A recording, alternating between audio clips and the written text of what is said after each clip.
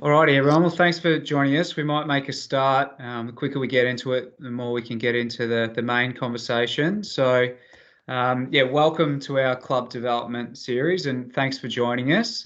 This is the first in a number of topics that we'll be covering, and tonight's is volunteer recruitment and retention, with a real focus on trying to ensure that your club is sustainable. These club development seminars have been designed as a conversation, so we really want your engagement as we go through the session. It's not about us telling you what you should be doing, but rather trying to work together to draw out your knowledge and your experiences to share the best ideas and the success stories that are out there. Another key goal of the seminars is to ensure that you've got the networks and the resources that you need to fulfill your roles and support your clubs. Firstly, we're going to start by introducing the new Southwest team, their roles, and also their involvement in club community cricket. So, Chris, I'll hand over to you first. Yeah, thanks, Carl, and thanks for hosting tonight. You've put a lot of work into this with our central engine room people, so appreciate the effort here. This is pretty much the first time that we've tried this, so we're looking for any feedback on this. But just to give you a little bit of a rundown, my name's Chris Harris. I'm the area manager for the Southwest, which obviously we've had some adjustment to our structure at Cricket Victoria. The Southwest sort of takes in Barwon, Central Highlands, Inner West, Outer West Metro, and Northwest Metros. So it's quite a big area with quite a diverse population, I guess, with growth areas there in the outer Northwest Metro areas and down through Barwon as well, I guess, with a bit of growth obviously through Ballarat too. So my background, I've been involved with Cricket Victoria for 25 years now through a variety of roles, from out in the field to coach education for a number of years, and also through management of our field force. So I'm involved locally now. My son's playing cricket at a club called Ashwood. I was the club coach last year. I've been the junior club coordinator. I'm on the committee. I'm on both the junior and senior committee as well. So I'm looking forward to engaging in this conversation, Carl. Great. Thanks, Chris. Hand over to you. Thanks, Dan. Thanks, Carl. Appreciate the handball there. Welcome everyone tonight. Really looking forward to putting some names to some faces, but also hearing some great ideas around volunteer recruitment, which is generally a pretty high priority and an ongoing issue for most volunteer organisations. So looking to hear some great advice and maybe share some good advice tonight as well. Like Chris said, the three of us have got Cricket Victoria shirts on at the moment, but we take those off in summer, and we've generally got a club shirt on as well. So my local club, I belong to Gisborne Dragons Cricket Club, sitting on the committee there. So that's where I am on a summer night, and helping run the Cricket Blast program up there on a Thursday night with my two young boys as well. So that's what I'm looking forward to this year. But tonight, let's talk some great ideas and share some great advice. Looking forward to it. Thanks, Dan. And just finally to introduce myself, Carl Main, the cricket officer for Southwest. I've got a coaching background in the pathway programs with Central Highlands and the Northwest Wizards.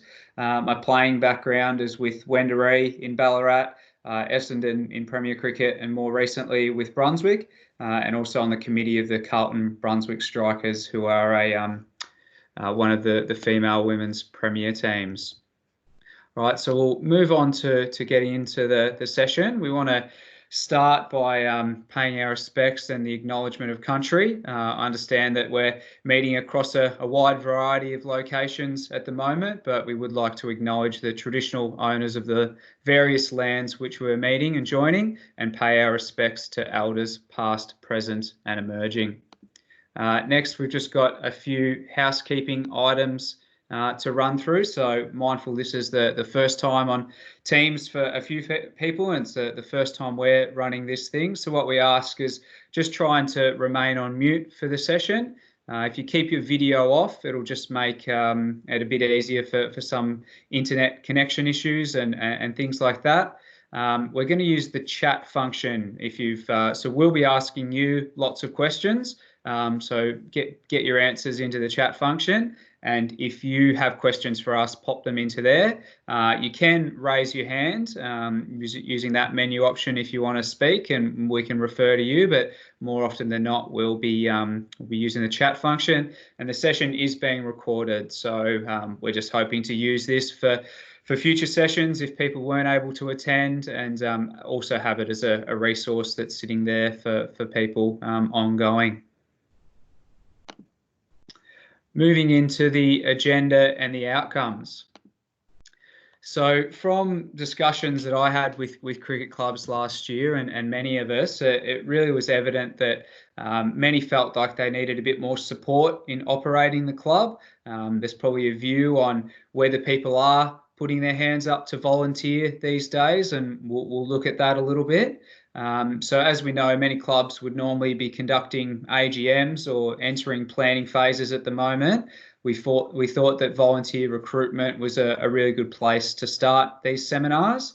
So we're going to look through the volunteer management process with a particular emphasis on planning, the planning stage. But like I said, we want to draw out your knowledge and expertise to create a shared resource that is really relevant and practical to your roles. So that resource will be an operations calendar or a calendar of tasks. So what needs to happen at a cricket club at what times of the year, a volunteer dream list of all the tasks, and also position descriptions to make it a little bit easier to attract people to join. But before we get into that, we're just going to kick off with a little warm-up, okay? So what we're going to do is we're just going to pop a couple of questions. Like I said, we want your engagement. A couple of questions up on the board, and then use the chat function to provide us with your answer. So the first question, what does club sustainability mean to you? So what would it mean? What would it look like to have a sustainable club? If you could just pop an answer into the chat, that would be great.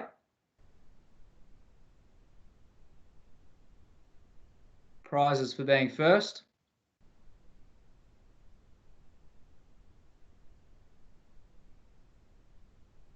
So if you're not sure on the chat, just hold your cursor over the screen, bring up the speech bubble, and then it should bring a chat onto the right-hand side.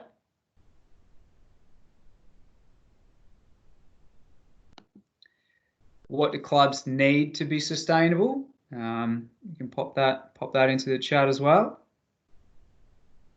Starting to get some through. Tracy might have been first. Financial stability, long-term values, I like that. Volunteers. We've got one more to add in as well. What are the barriers? So what are the challenges that you see attracting people to help out, recruiting people to help out?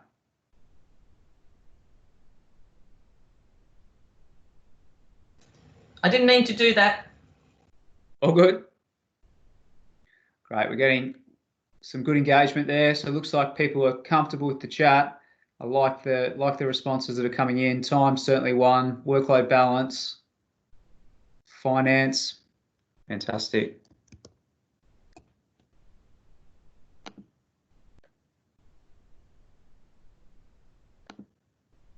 Okay, so what you'll see on the screen now is what we see as the process in volunteer management, and I guess a way to conceptualize it.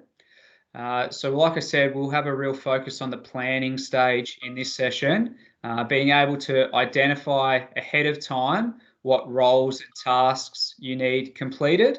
It's fair to say, I think, that some clubs may fall into a trap of saying, oh, we need more helpers, we need people to join the committee, but they don't have clarity around what specific roles and responsibilities that they need people for.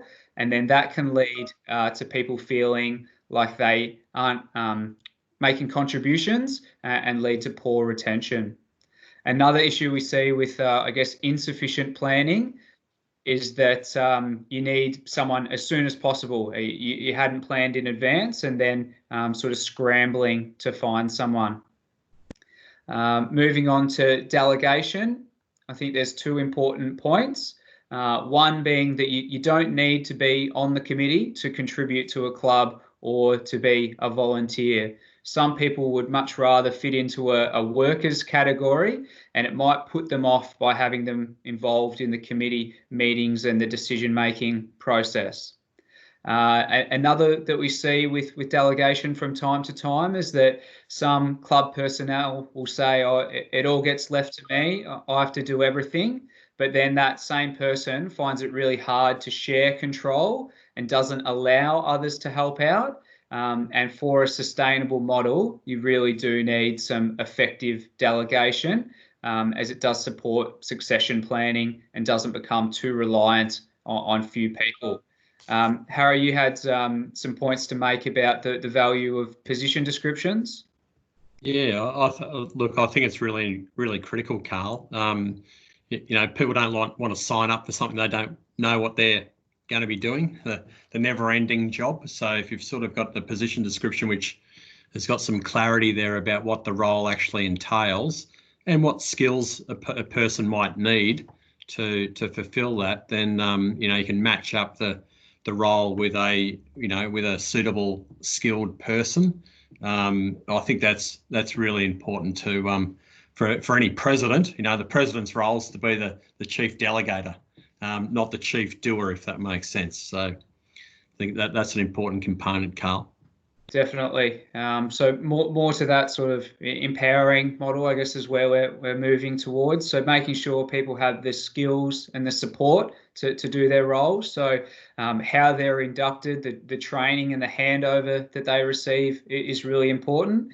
There's I guess a business or website called Sports Community. Not sure if people have heard of that, but they have some great resources in that if you're becoming a treasurer for the first time, they can step you through, I guess, what you need to do and have some links to really valuable resources. So I'd encourage you to check out that website. But the point with empowerment, I guess, is that if you do give someone the responsibility of a task or project, by all means support them, but let them do it their way. Don't restrict them to maybe the way that it might have been done previously.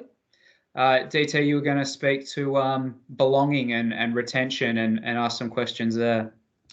Yeah, thanks, Carl. And just a little bit more interactivity from me. So if you've mastered the comments section on the right-hand side there, a big thing that I think is pertinent to volunteering is just asking the question of why people do it. If we've got a good understanding of that, we've probably got better chance of actually recruiting and engaging and retaining our volunteers as well. So if I could just ask for a couple of minutes just to reflect on your own reasons for volunteering and why you do what you do. You might be a delegate on an association board. You might be a canteen volunteer at the club.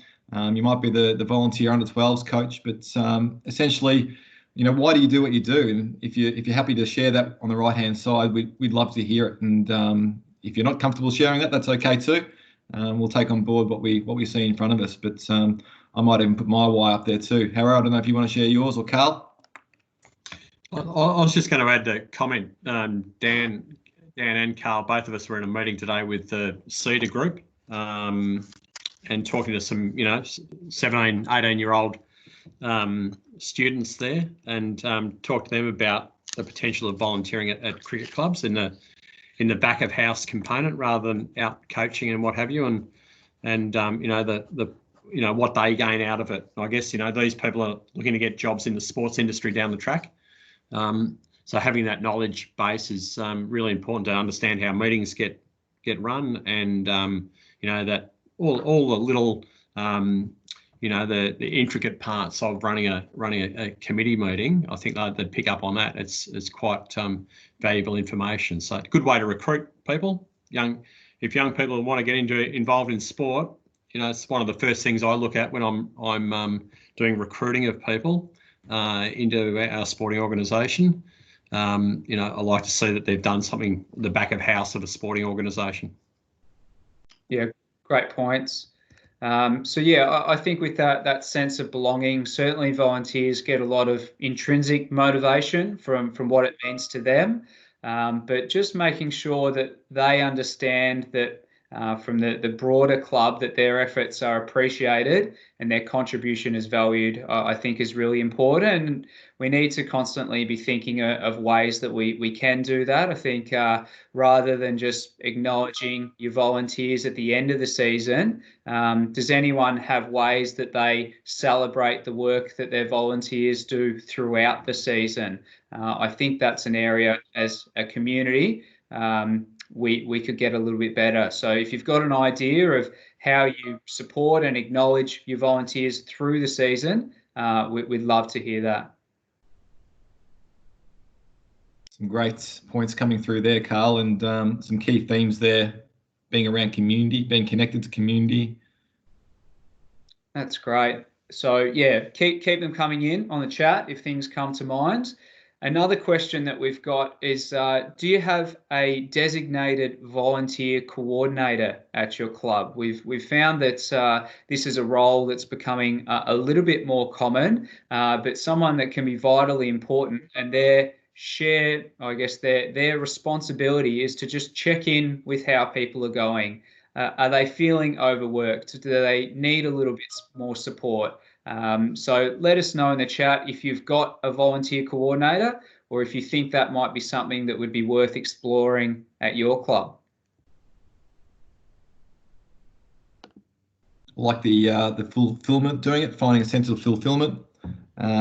Just on that one there too, I don't want to put a full stop on that conversation, so please keep it going if you need to whilst Carl's talking. But I think I think Chris Harris's point's a good one around the position descriptions too. I think for me, spending my time in a club, the biggest barrier that I often find when I ask someone to volunteer is just the greater sense of the fear of the unknown. You know, what are they getting themselves into? What's the time commitment? What's the role actually mean? So that if you can take more of that away through a position description or having somebody shadow that role for a number of weeks or months, or as long as it takes for someone to feel comfortable in their skin, I think that can be really important too. But just some points from me. Carl, carry on. Yeah, thanks, DT. And yeah, we want this chat to be a constant stream. So by all means, as I'm going through, or if any of the presenters are speaking, just keep popping in your thoughts and ideas there. That's what we want to get out of this session, and that probably leads me on to this next step. We're going to spend a bit of time in this workshop here because, like I said, we want your engagement. We want to draw out the ideas that you have and also the challenges that you're facing. So we think that a real key to volunteer management is the planning process, and we're going to use the answers that you provide to these questions to create those resources of the operations calendar, the dream list, and the position descriptions. So thinking about your current role, or what do you do at the cricket club? What are your tasks? Or alternatively, you can answer it a little bit differently. What are the gaps or the areas that you have trouble filling at your cricket club? And then just work through, maybe put the number, what question you're answering, and then move down in the chat function there. So just to get a bit of thought going, some of the roles that can be challenging sometimes are things like a grants coordinator, how a club's going with appointing a child safety officer, often the revenue and fundraising or events, things operational like marking the lines or afternoon tea, scorers and apparel. Let us know your answers to those questions. We'll stay on this one for a little while. And DT, maybe if you just let us know any good ones that are coming through. There's some good comments there. I like the succession planning theme coming through there too. I think Melissa's mentioned that she's stepping down in a couple of years' time or thereabouts in that time frame. But you know, identifying that, yeah, you might be looking to step away or spend more time with family. That's okay. We can plan for that and get the right person involved and give someone enough time frame to work towards a role rather than just sort of being chopped in at the AGM and, you know, you're the last one standing forward when everyone stepped back. You know, it gives someone a bit more breadth and time to get adjusted to that role too. A really key one for me, Carl, you mentioned before, how do we celebrate volunteers and acknowledge them during the year? One idea for my own club. Our club champion award at the end of the season celebrated the on-field success. We've actually overlapped that now and gone in front of that, whereby our best volunteer is awarded our Cliffy Dean Award of the year, and we actually pump that up more than we do our on-field award. So that's our big award at the end of the season for the presentation night, which I don't know how many other clubs do, but that's just something we do as well. That's great. Yeah. And just on that, I'm keen to get everyone's thoughts on that third question, and whether you feel that the committee does 80% of the jobs that need to be done at the cricket club, or do you have those workers that sit below the committee that might report up to someone, but just have really clearly defined tasks or projects that they complete outside of that? What's your experience with the roles that you see at cricket clubs? Let us know. That would be great. Harry, have you got any points to add? Sorry, I've made the cardinal sin. I was on mute. Look, I think your captains of your 11s are really important. They end up being a bit of everything, really. They're mentors to young players. They might be collecting the ball money or the umpire money or whatever it might be as well. So they've got multiple roles apart from just the on-field leadership, I guess. So they're important selections. Even like to the point last year, I know at the local club that I'm involved with, we went through an interview process for our captains and made them just put a little note down as to why they wanted to do it and what they were going to bring to the table. Yeah, great.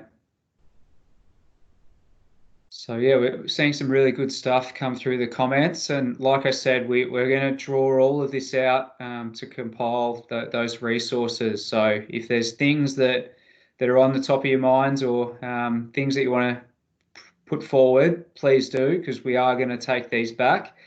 These sessions are being conducted not just this one tonight, but there's 5 across the state this week, and we really want to get as much intel and information as we can. So keep those coming through.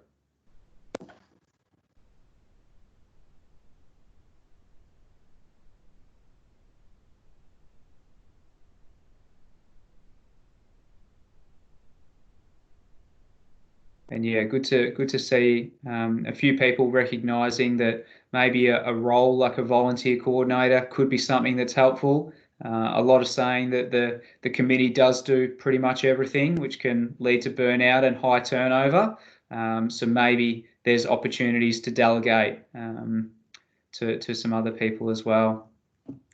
Carl, I'll just jump in there too. And one thing I think is really pertinent for any committee to do, particularly this time of year, is just to run a little bit of an audit throughout the club as to find out what skills are actually inside the club. It doesn't have to be anything too formal, but it might be something you're already doing in a member survey or whatnot. But generally, you can find a little bit of gold in there that someone might be professional at work who's good with compliance or administration, and you'll find often unearth some really, really good skillful people inside the club that might be willing to share their knowledge and expertise at the club as well. So that's a good encouragement this time of year, just to ask the question, who have we got within our club that might be able to help us with a role? Dan, I think on top of that, really, asking that question is a really important one. To maybe garner new sponsorships, so people have relationships with other organisations and what have you that might be able to bring in some dollars, which it's going to be tough this year in the COVID-19 environment. The other thing is there'll be people that are struggling. They might have lost their jobs, and clubs are just such a wonderful place to make connection with other people, to find work, or to just to get that emotional sort of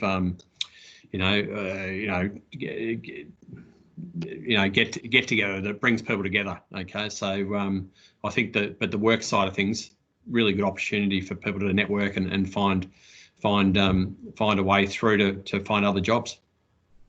Fantastic. Yeah, so that leads us a little bit onto our next slide, which is our tips and takeaways. So I think what we want to promote, and Let us know if you're a club that feels that you have created a culture of contribution and how you might have done that. But there's certainly some successful examples out there where they almost make it the expectation that if you belong to this club, this organisation, well, that's how things are done around here, that people contribute beyond maybe just playing or whatever role that they might have.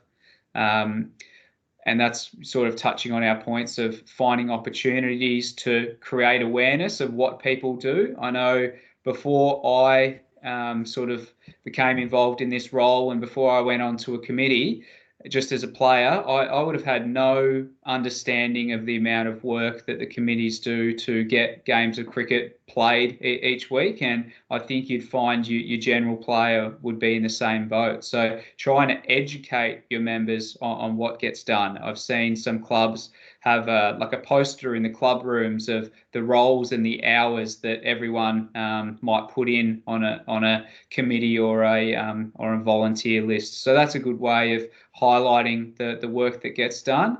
If anyone else has examples of how they created a culture of volunteering, that would be great to share. The next point of volunteering being mutually beneficial, I think, is really important to highlight. Sometimes you might feel like you need to apologise or feel bad for asking someone to help out around the club. But the facts of volunteering are that the person gets something from that intrinsically. They can get a sense of community and belonging, and also some great professional development. Harrow, you had some points about the professional development and having a diverse range of people. Yeah, look, I think it's important with the committees and what have you, A, to get sufficient numbers, but B, to get a range of people with different backgrounds, and to, male and female. Okay, so trying to get it as even as possible. Younger thoughts and older thoughts, I think it's really important, not just the person that's finished up playing it and getting on the committee. There are some opportunities from, as Carl's got put down in the slide there, opportunities from outside the organisation as well. And if you bring in people from outside the organisation, again, it's just a different way of people thinking about the club, and it gives some really good insights, I think, for other people involved in the club that are probably, sometimes you can get a bit insular in your club. You see your club in a certain way. So it's really interesting to get some people from outside the organisation to have a look at what you've been doing and just give you a bit of a different take on it as well. Yeah. So yeah, can people let us know in the chat if you have someone that contributes to your club who isn't a former player, a current player, or a parent, and if so, maybe where you pick them up from? Were they one of those groups that you can see below there? We've got I guess a real focus on looking for uni students or students that are still studying, because it can be just great for their professional development, something to put on the resume, and help hopefully create their job ready skills, whether it's starting off doing the social media or some fundraising for the clubs, or if someone's got a real keen application for accounting, well then maybe they can support the treasurer in a few areas. But we're noting that there's a lot of students out there that are looking for internships and work placements that maybe can't, in the current environment, complete them where they might have previously. So can your club look at offering a project for a uni student as an intern or a work placement to get someone externally? Volunteer search platforms such as Seek Volunteer or Volunteer Australia can be another really good one. DT, anything to add on those points? Or anything coming through from the chat that you like? Yeah, some great points there. And I see Adrian's comment. We got a good volunteer from the CWA for the canteen. I would imagine the afternoon teas would be pretty fantastic out that way, I would have thought, Adrian. So well done there. But yeah, look, it's like anything. It's trying to make your club as inclusive as possible. And Sometimes that means getting out of the bubble a little bit and trying to get your club into the community, and asking people to be involved who might not normally be in your networks currently, as well. So I think that still can start though within your network of your club itself. Again, knowledge of who's playing for your club, who's in there at the moment, that may not be contributing in a wider sense as well, but might be able to throw some light on some of their networks. So what I guess I'm saying is trying to tap into your playing network as well, and their work and school, and that's what a network is. It's basically a series of interconnected relationships, and all you're doing is trying to tap into that and harness the people power that you've already got, really, in a sense. So we all know that it's difficult to ask the question, and it's also difficult to be turned around and said no to as well. But at least you get a no. You don't get lip service of somebody saying yes and then committing to a role and they don't fulfil it either. So it's not the worst thing in the world to have no said to you, as well. Okay, so we got through the majority of the workshop type stuff, but like I said, please, if you've got thoughts, things that are coming through, areas that we've discussed, keep them coming through on the chat so that we can revisit it. And if you feel maybe there's some challenges or some barriers that we haven't addressed yet, feel free to pop some questions in there and we can try and brainstorm them as a group, or come back to you as well. But following on to the next steps of where to from now. So like I sort of mentioned, we're conducting a number of webinars on this topic across the state. Our southwest area, which we'll explain to you a little bit more in a second, is also holding one on Thursday at 12 o'clock at lunchtime. So if you have found this valuable, it would be great if you could try and help spread the word and share it out to the cricket community to encourage some others to come along.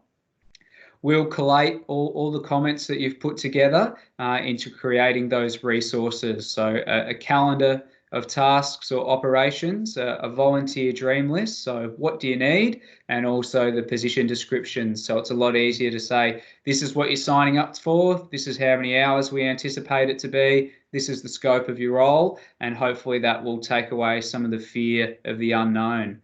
And we'll try and get those resources back to you. We're hoping within a fortnight leading into our next webinar, which will be on raising revenue, which I know many will be keen to see. So we've also recorded tonight's session. We'll provide you with the recording of that, and let us know if you'd like to share that on to others as well. So what we're going to do is just give you a bit of an update on some of the things that are happening within Cricket Victoria. So Harry, I might just throw to you to sort of explain the new structure and where we sit in the regions that we are servicing. Yeah, sure. Thanks, Carl. Look, I think everyone's aware there's been quite a significant restructure at Cricket Victoria within our community cricket area. So we've got a very lean but very efficient group of people here to service the needs of Victorian cricket. It's not to shy away. COVID-19 has hit us, and we have had to make a restructure here. But we are very much. I can tell you all these people that you see their faces on this screen here now. There's some very, very good, sharp minds that have all been involved in cricket clubs across Victoria in different scenarios and what have you. So they're all really keen. I know we've probably Jacob DeRouge, I think, might even be on the call today. He's based up in Bendigo. So as I said, we've just got a really good skill set of people there. People that have been club presidents and secretaries. One guy used to work for KPMG up there, Tony Cacavella, who will be involved in that financial conversation next week. So, yeah, it's different, and I guess we're really interested in this approach. Obviously, being forced upon us by the COVID-19, but also restrictions in our staffing. We want to be able to convey information and interact with as many people as we possibly can, because in the end, our role is to help serve and lead in some circumstances cricket across the state. But very much we're very keen to assist wherever we possibly can with club and association personnel to make their job easier and to enjoy the fruits of seeing, you know, the kids and the adults, mums, dads, you know, and the girls and boys out playing a game that we've grown up loving. So from me too, I guess I'll just take the opportunity, but just to thank you all, for getting on the video conference tonight, but also for your wonderful efforts. Some of you over many years. I do understand there's some familiar names that I've dealt with over many years there. And it's, I don't ever forget the power, the impact that you make by organising cricket within your club or within your association setting. It's a lot of people gain some very valuable skills and make some lifelong friendships and connections out of playing the game. So absolutely. So I did just mean to mention with the next steps that we will send out a bit of a survey to get your feedback on the session. So please be honest in letting us know if this format works for you. We're putting it on to try and support and help the volunteers across the state as best we can. So whether it's the teams or whether it's the timing or the content, the way that we've structured it, please let us know if it's of value, because we really want to make sure that you get something out of it. So Steve, to your point, yes, we can certainly make sure that you have access to the presentation to review that. I think, Melissa, I saw your point about some challenges in finding players to get engaged. And I think it comes back to trying to create that culture of where it's the expectation, and maybe some steps to get there are just really rewarding and recognising the people that are doing the right things. If you can start to do that more frequently, the others that aren't doing it will start to feel, oh, I'm a bit on the outer here. I'm not doing what everyone else is. So it's probably a little bit easier said than done, and I understand that, and it takes some time, but what you measure is what matters. So if you're putting an emphasis on the people that are contributing, rather than just always highlighting the highest run scorers or the best wicket takers, maybe that's in a way to approach it. The next slide we've got here is just to show that there's I guess some internal staff that are available to support you as well. Maybe Dan, you can just explain the state engine room and how that works. Yeah, thanks, Carl. So as Harry mentioned there, we've still got 12 field force members servicing the clubs around Victorian cricket at the moment, but also we've got a very effective engine room, which is what we call our internal based staff. And whilst we say internal based staff, they're also working from home at the moment remotely, given the social distancing requirements as well. So their availability is pretty good, like ours is at the moment too. Pretty flexible on their behalf too, to be able to use mediums like this and technology like this to engage them as well. But look, we've got a really good team there. So it's not just us out in the field. We've also got some specialised subject matter experts basically involved at Cricket Victoria still.